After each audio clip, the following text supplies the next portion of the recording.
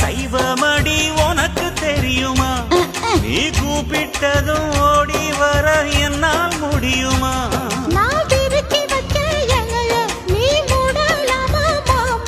என் ருசிய தெரிஞ்சுக்காமா நீ சமைச்சு வைக்கலாமா? மாமா சாப்பிட வாரிகளா இல்ல தோப்புக்கு வாரிகளா? சாப்பிட வாரிகளா இல்ல தோப்புக்கு போறீங்களா? சீரக சப்பா நெல்லு குத்தினா சோறு சமைச்சிருக்கேன் மாமா, சோறு சமைச்சிருக்கேன்.